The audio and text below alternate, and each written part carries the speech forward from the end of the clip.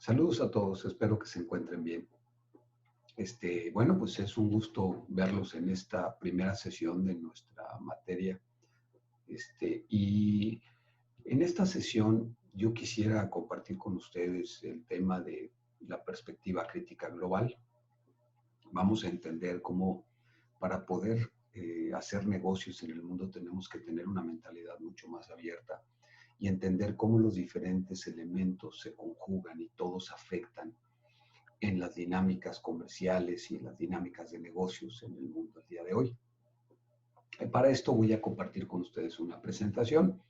La presentación que voy a utilizar está en inglés, no se preocupen, vamos a tener las narraciones en español y la idea es que ustedes vayan poco a poco también familiarizándose con algunos de los términos y algunos de las palabras que utilizamos en el mundo de los negocios en el mundo.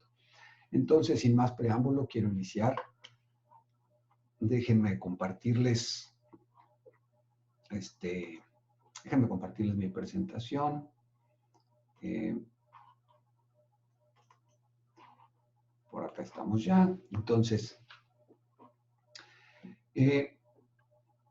vamos a platicar un poquito de cómo hacer negocios, cómo operar en un mundo dinámico y complejo como el que estamos viviendo el día de hoy. Las empresas, hoy por hoy, las empresas se enfrentan a este reto, el reto de entender cómo puedo yo funcionar en forma eficiente en un mundo en el que las reglas cambian todos los días, donde existen muchísimos jugadores diferentes, donde la mayor parte de los actores deben dinero o están en bancarrota, donde los paradigmas se rompen a cada momento y sobre todo donde todo esto que estamos viendo sucede todos los días. Déjenme compartir con ustedes un poquito más estas inquietudes. A ver, existe un grupo de 200 científicos expertos en sus ramos, son de ramas muy diferentes, hay expertos en cuestiones ambientales, expertos en economía, expertos en cuestiones de medicina, de todo hay. Son 200 expertos de diferentes áreas, se reúnen cada 2 años en Helsinki, allá en Finlandia, y ellos cada 2 años emiten un reporte que se conoce con el nombre del reporte Milenio, el estado del mundo. Es como si nosotros le hiciéramos un estudio al mundo para saber cuál es la salud que tiene el mundo en ese momento. Y este reporte Milenio, que es extraordinariamente extenso, es muy largo, tiene a su vez un resumen ejecutivo, que es un documento mucho más digerible, mucho más sencillo de leer. Y este resumen ejecutivo, quiero compartir con ustedes una parte de este resumen ejecutivo del 2016. Voy a compartir con ustedes esta parte del resumen ejecutivo literal tal como está escrito, no le estoy cambiando nada. ¿Sí? Y esto lo hago porque quiero expresarles y quiero compartirles esta inquietud de cómo las cosas son muy difíciles de comprender, cómo el mundo pareciera que no comprendemos cómo funciona. Miren, el primer párrafo del reporte Milenio del 2016, fíjense lo que dice. Dice, la situación en la humanidad cada vez es mejor en términos generales. Dice, la gente cada vez en el planeta, la gente cada vez es más saludable, más rica, más educada, más pacífica, más interconectada y vivimos más años.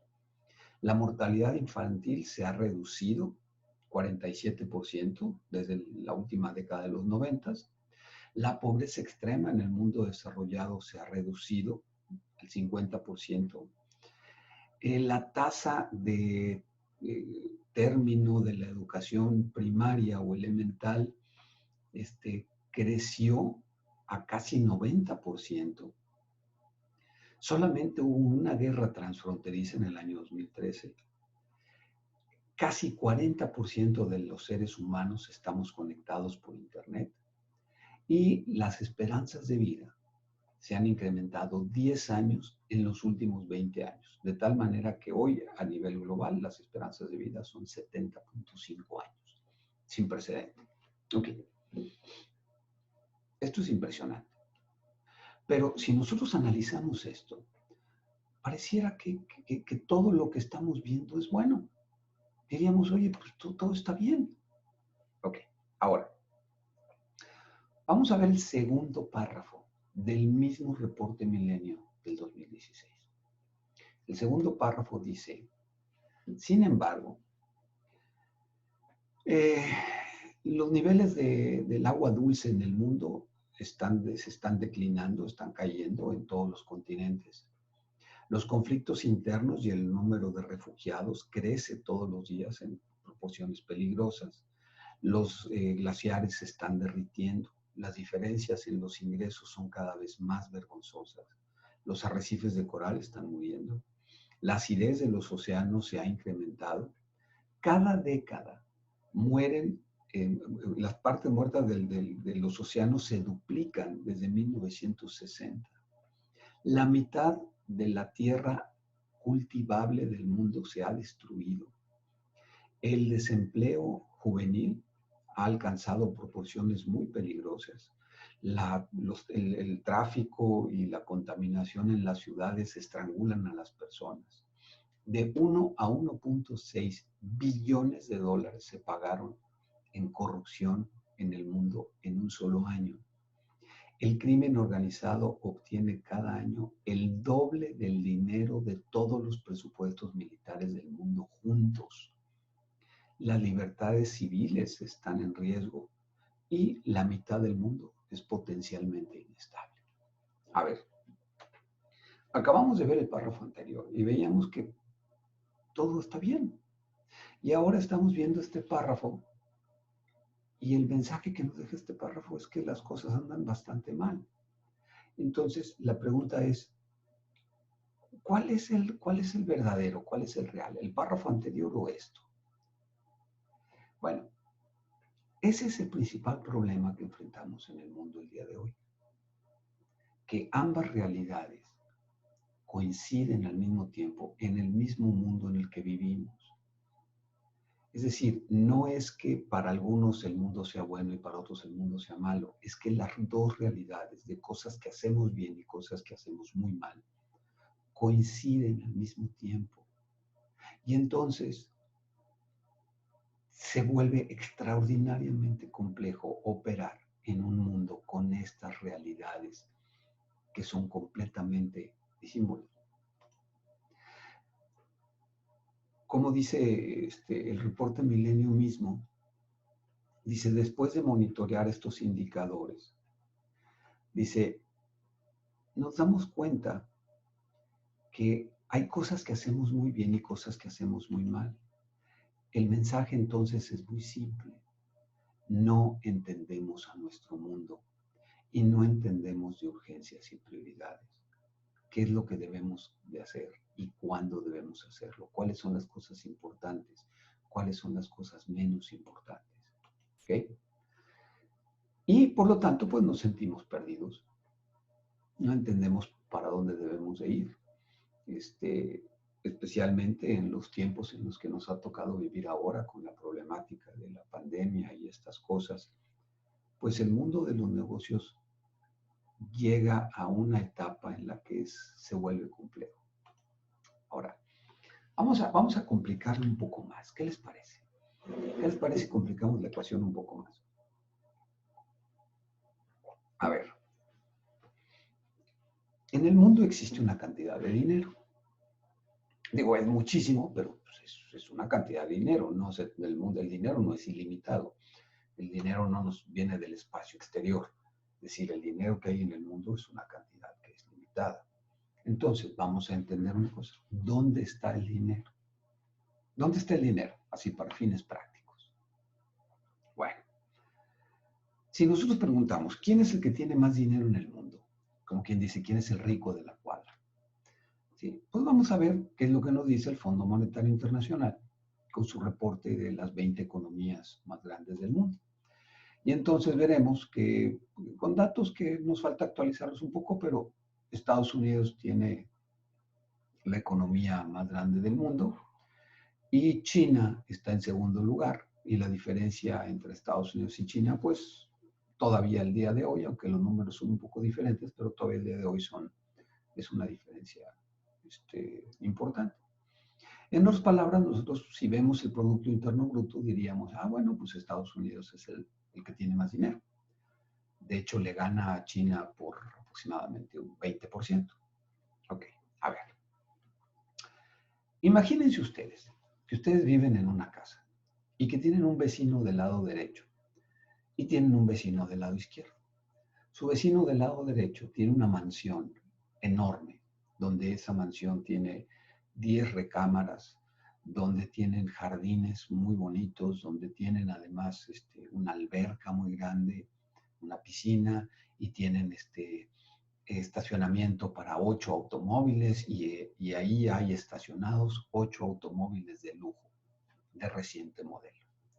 Y de su lado izquierdo tienen el vecino que pues, tiene una casa pequeña, 2 recámaras, no tienen jardín ni mucho menos, tienen un patio pequeño.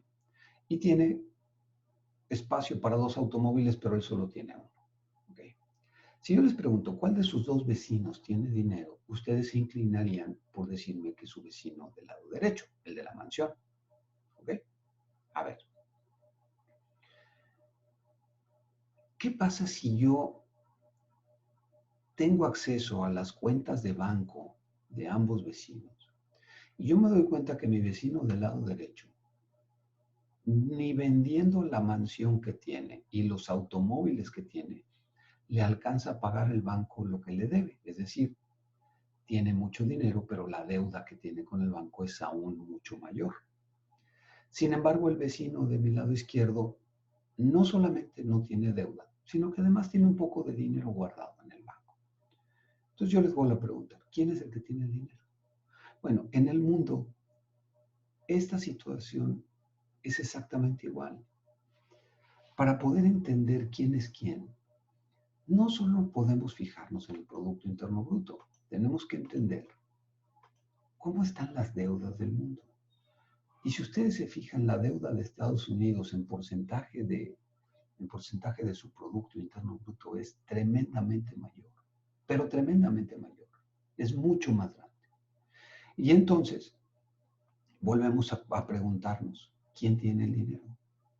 Porque la deuda que tiene China es muchísimo menor.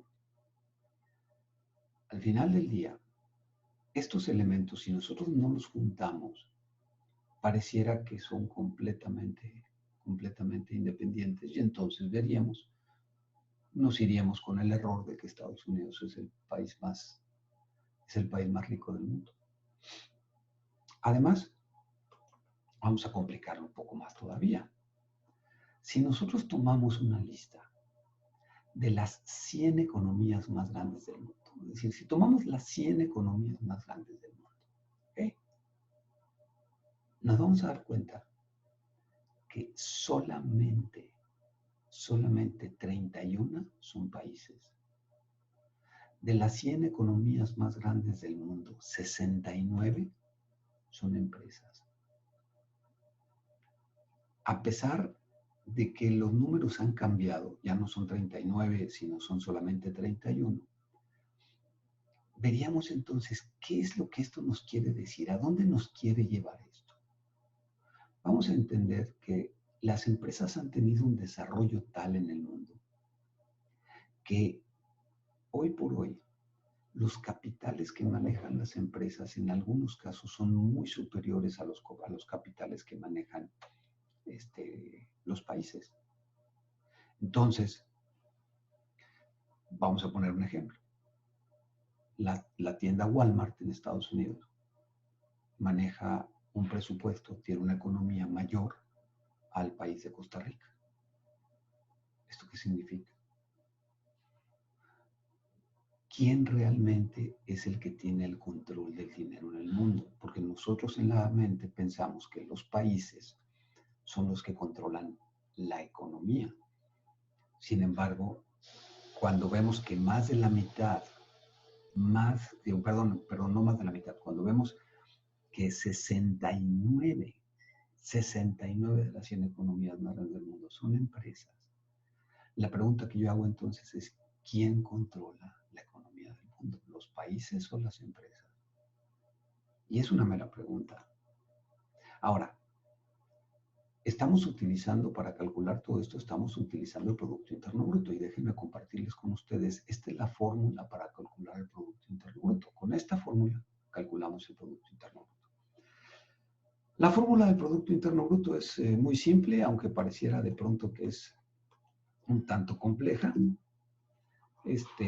Déjenme compartir con ustedes la forma del producto. La fórmula es consumo más inversión más el gasto del gobierno más la balanza comercial, que es el resultado de las exportaciones menos las importaciones. Esto es lo que nos da el Producto Interno Bruto de un país. Ahora, nosotros seguimos pensando que los países controlan su propio Producto Interno Bruto. A ver, vamos a ver. De esta fórmula, ¿cuáles elementos están directamente en las manos del gobierno? Es decir, que los gobiernos tienen el control de estos elementos. ¿Y cuáles de ellos están en control de las empresas y las personas? Entonces, empecemos por identificar aquellos elementos, les vamos a poner un círculo rojo, que están en control de las empresas y de las personas. Y les vamos a poner un círculo amarillo a los que están en control del gobierno, que el gobierno los controla. Entonces, empecemos por las importaciones. ¿Quiénes hacen las importaciones? Las personas y las empresas. Las exportaciones, personas y empresas. Y si hablamos del consumo, personas y empresas. Y si hablamos de la inversión, personas y empresas. Únicamente el gasto del gobierno está en manos del gobierno. Entonces, 4 de los 5 elementos que influyen en el Producto Interno Bruto de un país, 4 de los 5 elementos están en manos de las personas y las empresas. El gobierno únicamente tiene el control directo de uno de ellos. Claro, el gobierno tiene la obligación de generar las condiciones para que estas cosas se den, pero no tiene el control directo más que en uno de los 5 elementos. Y esto lo hace muy complejo. A ver, vamos a entender un poco de finanzas. ¿Qué es lo que le da valor a las acciones de las empresas? Yo recuerdo cuando yo estaba estudiando finanzas, estamos hablando de mi época de universitario hace muchos años, estaba muy fácil entender esta parte. Porque tú veías lo que costaba una empresa. Si tú tenías el 10% de las acciones de esa empresa, eso significaba que tú eras dueño del 10% de los edificios, del 10% de los terrenos, del 10% de los vehículos de transporte, todo lo que la empresa tenía. Para fines prácticos, tú eras dueño del 10% si tú eras dueño del 10% de las acciones. Hoy por hoy, tenemos empresas, por citar algunos nombres, tenemos Facebook, tenemos LinkedIn, tenemos empresas cuyo valor de accionario es tremendamente alto, son billones de dólares, pero que sus activos no son nada. Es decir, no tienen edificios, no tienen vehículos, no tienen aviones, no tienen nada. Entonces, si tú eres dueño del 1% de las acciones de Facebook, que eso es millones y millones y millones de dólares, yo te pregunto, ¿de qué eres dueño? Eres dueño de un espacio en la nube virtual. Y eso ¿cómo lo puedes valorar? Son valores especulativos que se escapan del control de las cuestiones tangibles. Y entonces aparecen las criptomonedas que lo vienen a revolver más todavía, porque las criptomonedas no tienen un valor fijo. Entonces, valen lo que la gente quiera que valga. Tú puedes comprar un Bitcoin mañana y te va a costar $5 y pasado mañana lo vas a vender en 5,000 y luego como te emocionaste vas a comprar otros 4 o 5 y luego esos 4 o 5 pues los vas a comprar en 500 y a lo mejor los vas a vender en 100 y vas a perder mucho. ¿Por qué la fluctuación? Por el valor especulativo. No me malinterpreten, pero ¿cuál es la diferencia entre jugar a la ruleta o jugar a las cartas e invertir en estos mecanismos? Donde los elementos financieros de los mismos no son reales. Entonces, fíjense, dense cuenta cuál es la situación actual con el mundo de las finanzas. Es decir, antes había una tendencia de analistas para entender cómo funcionaban los mercados y que si las expectativas de crecimiento y que si la empresa va bien y que si se van a requerir más coches el próximo año, entonces déjame invierto en una empresa automotriz. Pero todo eso cuando llegan ahora, el sistema financiero se vuelca sobre las empresas que trabajan en cuestiones de Internet y de la nube y todo esto, se rompieron todos los paradigmas. No existen mecanismos reales de medición. Y esto es muy peligroso porque estamos jugando a las finanzas con elementos que no son reales. Y las empresas cada vez tomando más control, es decir, se van consolidando. Si nosotros tomamos las 54 marcas de coches más importantes, nos vamos a dar cuenta que todas son controladas por 14, ya son 13, esto ya está desactualizado, son 13 empresas que controlan las 54 marcas de coches más importantes del mundo. Ahora, yo no quisiera que me malinterpretaran, esto no es que yo lo esté manejando como si fuera la catástrofe, no. Simplemente quiero señalar que las cuestiones son muy diferentes de como solían ser en el pasado. No estoy diciendo que sean malas. Estoy diciendo que nosotros, los seres humanos, estamos empeñados en seguir operando con herramientas viejas, tendencias y elementos que se escapan completamente del control de esas herramientas. Es decir, no puedes operar la economía de hoy basándote en el Producto Interno Bruto todavía. Eso es imposible. Y luego la demografía. La demografía también está cambiando la faz de la Tierra. Por ejemplo, para que una cultura se mantenga constante, se mantenga estable, se requiere una tasa de reposición de 2.1. Es decir, cada mujer de esa cultura debe de dar a luz 2.1 hijos. Si cada mujer da a luz 2.1 hijos, la cultura permanece estable, no crece ni decrece. Okay. Vamos a tomar el continente europeo. De todos los países europeos, ¿saben ustedes cuántos países llegan a 2.1? Ninguno, ni uno solo. Es más, el que más se acerca apenas llega a 1.8. Países como España tienen una tasa de reposición actual de 1.2. Eso quiere decir, los españoles como cultura no están alcanzando el 2.1 que requieren para permanecer. Eso quiere decir que la cultura española, si los españoles que nacen siendo culturalmente españoles están decreciendo. Y eso lo están sustituyendo con migración, gente que viene de otros países, pero muchas de estas personas no se convierten a la cultura española, simplemente conservan la cultura del país de donde vienen, especialmente, por ejemplo, los musulmanes.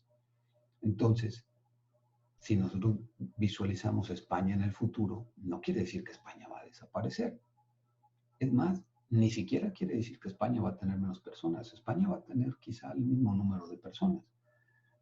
Pero culturalmente España va a ser muy diferente. ¿Sí? Y religión, ¿qué van a decir ustedes? ¿Y qué tiene que ver la religión con los negocios? Mucho. Las empresas que operan en países especialmente musulmanes se dan cuenta. Miren, nosotros en Occidente tendemos a ser un poco más apegados a las culturas de la religión católica. Y para nosotros la religión es una cosa y nuestra vida diaria es otra. Si vamos a trabajar, pues te quitas el traje de religión y vas al trabajo. La religión no se lleva al trabajo. Pero luego, si vas el domingo a misa, pues te quitas el traje de trabajo y te pones el traje de religión y vas al servicio, vas a la misa el domingo. Para nosotros, la lógica te dice, esto es religión y esto es trabajo. Bueno, existen países, existen culturas, existen religiones donde ambas cosas son lo mismo. No se separan nunca.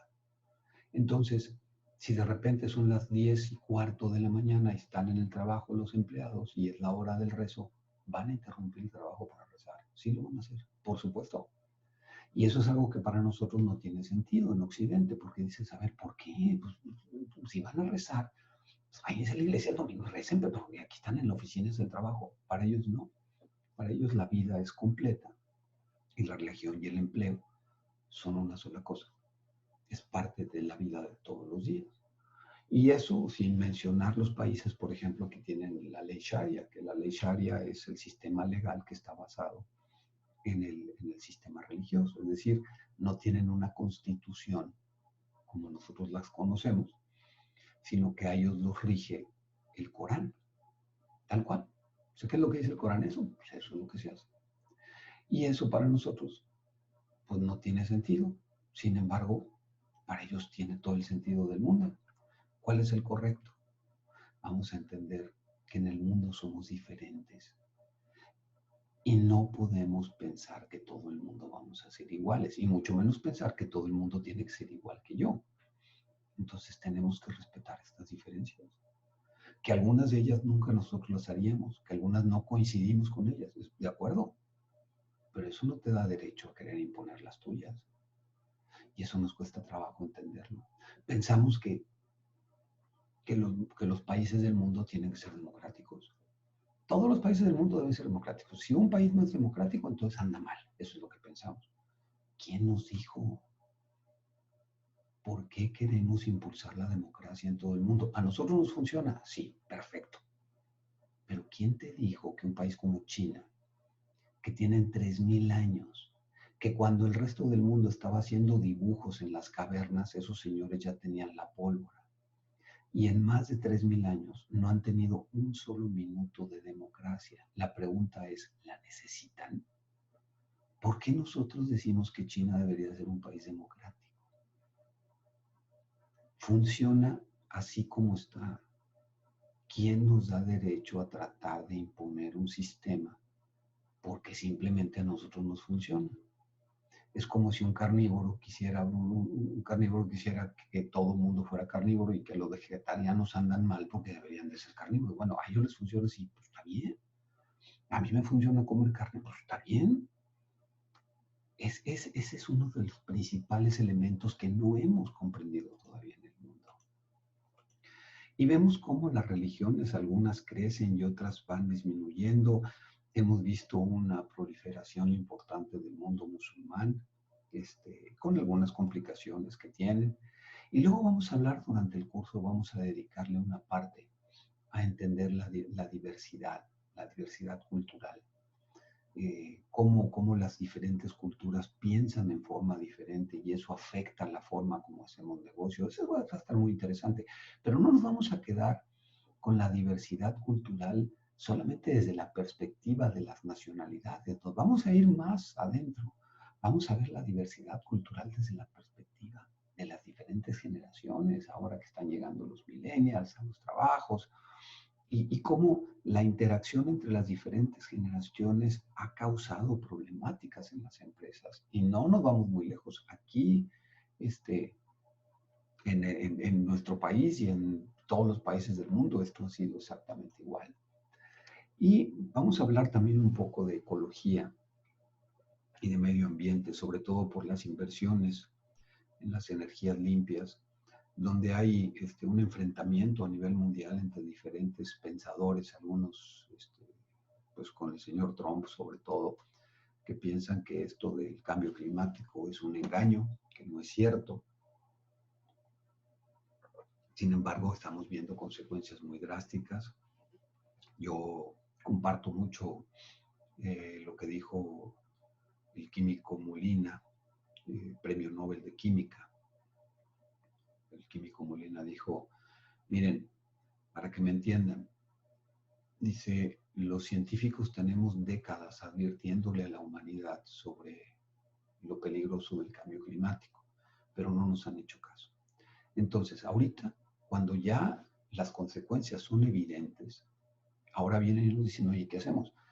Y la respuesta nuestra es, nada, no puedes hacer nada. Los cambios que ha generado el ser humano en la ecología y el medio ambiente son irreversibles al menos en 100 años. Esto lo dice Molina. Dice, y entonces, los científicos ahora estamos preocupados por diseñar los mecanismos que le van a permitir al ser humano sobrevivir en un mundo que va a ser completamente diferente. Eso es dramático, sobre todo viniendo de una persona tan seria y una persona que tiene un premio Nobel. ¿Sí? Entonces vamos a analizarlo también. Vamos a hablar de geopolítica, el poder. Fíjense, por ejemplo, hablando de poder nada más, si yo les pregunto a ustedes cuál es el país más poderoso del mundo, lo primero que viene a su mente es el ejército. Y entonces dicen, pues el ejército más grande del mundo lo tiene Estados Unidos, lo cual es completamente cierto, nada más que hay una cosa. Rusia tiene el segundo ejército más grande del mundo y China tiene el tercero. El problema es que China y Rusia están juntos y Estados Unidos se ha encargado de separarse de todos sus aliados. ¿Esto qué significa? Significa entonces que las alianzas pudieran resultar mucho más poderosas que el ejército mismo, porque China y Rusia juntos sí son más poderosos que Estados Unidos. Ahora, no estoy vaticinando una guerra ni mucho menos, simplemente que tenemos que entender que no, pues, en el caso de geopolítica, no solamente el poder de un Estado es determinante sobre quién es el que tiene más poder en el mundo. Tienes que analizar también las alianzas. Y luego tienes que analizar los líderes, las personas que están al frente de estos países. Porque muchas veces queremos que el ejército o las armas que tienen es lo que determinan, no necesariamente. Tienes que entender la inteligencia de las personas y quiénes son los que están detrás de la toma de decisiones en cada uno de estos estados. Y luego, darnos cuenta de algo bien interesante, cómo el poder en el mundo, el eje que sustentaba el poder en el mundo cambió completamente. Todavía en la década pasada creíamos que todo lo que sucedía en el mundo sucedía en el Atlántico Norte, entre Estados Unidos, Canadá y Europa. Esa región del mundo era la región en donde las cosas importantes pasaban. ¿Y quién era el enemigo? La Unión Soviética. Bueno, la Unión Soviética desapareció. Y a raíz de que desapareció la Unión Soviética, se acabó el enemigo común. Y entonces la OTAN deja de tener una importancia estratégica. Y todo lo que sucede en el mundo, el eje que soporta el balance de poder del mundo, se traslada justamente al Pacífico. Ya no está en el Atlántico. Ahora estamos hablando del Pacífico, y es el Pacífico Norte. Y hablamos de toda la zona donde está China, India, Japón, la península de Corea y el sureste asiático. Ahí es donde están pasando las cosas, sin olvidar, por supuesto, a Rusia. Y entonces ustedes me dirán, espérame, pero Rusia está en Europa. No. Curiosamente, Rusia no es un país europeo. Más de 2/3 partes del extenso territorio ruso están en Asia. Nosotros hemos querido pensar que Rusia está en Europa porque sus dos capitales más grandes, Moscú y San Petersburgo, están en la parte europea, en el pedacito de Rusia que está en Europa. Sin embargo, Rusia es un país asiático. Y fíjense cómo todas estas cosas empiezan a darnos a nosotros a entender, ya estamos entendiendo por qué hoy por hoy vemos lo que vemos, por qué ese enfrentamiento entre Estados Unidos y China no es otra cosa más que la guerra del poder. Por un lado, Estados Unidos aferrándose a mantener el poder y el control del mundo en un momento en que ya está muy debilitado y que su competencia, China, Rusia y muchos otros países asiáticos, se han juntado y ellos han podido entonces en esta alianza crecer mucho más rápido. Vean las economías, simplemente vean las economías. ASEAN, que es un foro regional de países del sureste asiático, tiene una economía que entre esos países que son pequeñitos, pues no llegan a mucho, pero cuando los juntas, son la tercera economía más grande del mundo. Y pregunten ustedes quién controla hoy por hoy esto. Esto está controlado por China. Y entonces entendemos por qué China tiene tanto interés en dominar el mar del sur de China.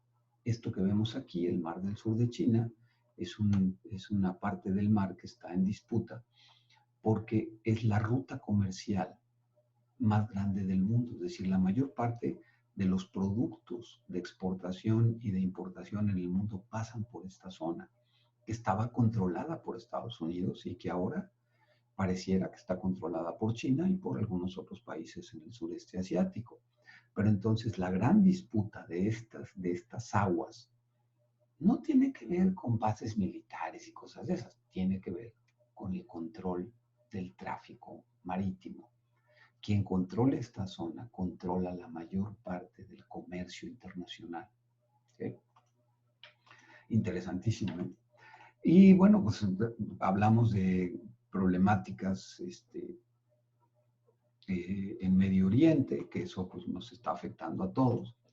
Y luego vamos a ver una realidad del NAFTA, del Tratado de Libre Comercio de América del Norte, que ahora con el reciente tratado que se firma, que sustituye el NAFTA, el famoso TEMEC, nos vamos a dar cuenta que el TEMEC no es que sea malo, simplemente que el TEMEC ni por mucho es lo que era el NAFTA. Es decir, no que el TEMEC sea un tratado malo, pero la gente, especialmente los gobiernos, pretenden hacernos creer que el TEMEC tiene muchas más bondades que el NAFTA cuando las personas que estuvimos involucrados en ambos nos damos cuenta que no es cierto. El NAFTA le daba a México muchísimas más facilidades, muchas más prerrogativas, le daba mucho más oportunidades y aquí están los números. A esta gráfica que está hecha con datos del Censo de Comercio de Estados Unidos nos dice, por ejemplo, que en el año 2018 Estados Unidos perdió 68 billones de dólares con México en la balanza comercial. Es decir, México le vendió a Estados Unidos 68 billones más de lo que Estados Unidos le vendió a México.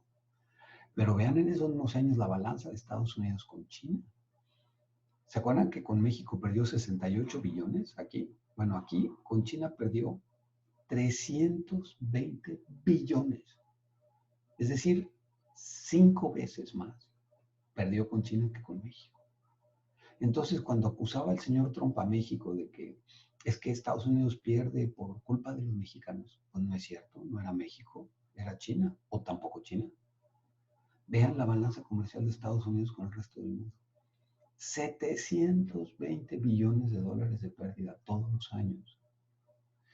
Esto nos hace ver que las problemáticas no vienen por la interacción entre los países, vienen por las dinámicas generadas internamente en cada uno de los países. Estados Unidos tiene una problemática muy seria que tiene que resolver. Y entonces vemos que en el mundo todo mundo le debe dinero a todo mundo. Y cuando todo mundo le debe dinero a todo mundo, pensamos, ¿y cuándo van a pagar esto? Nunca. Para fines prácticos, nunca. Entonces, déjenme empezar a cerrar. Yo he querido platicar con ustedes estas cosas. Y he querido compartirles esta inquietud que tengo yo, sobre todo por entender que las cosas que vemos no necesariamente son como nosotros las visualizábamos hace 20 o 30 años. El mundo ha cambiado radicalmente. Urge entender los nuevos mecanismos y las nuevas dinámicas. Bueno, como parte introductoria, quiero dejarlo aquí.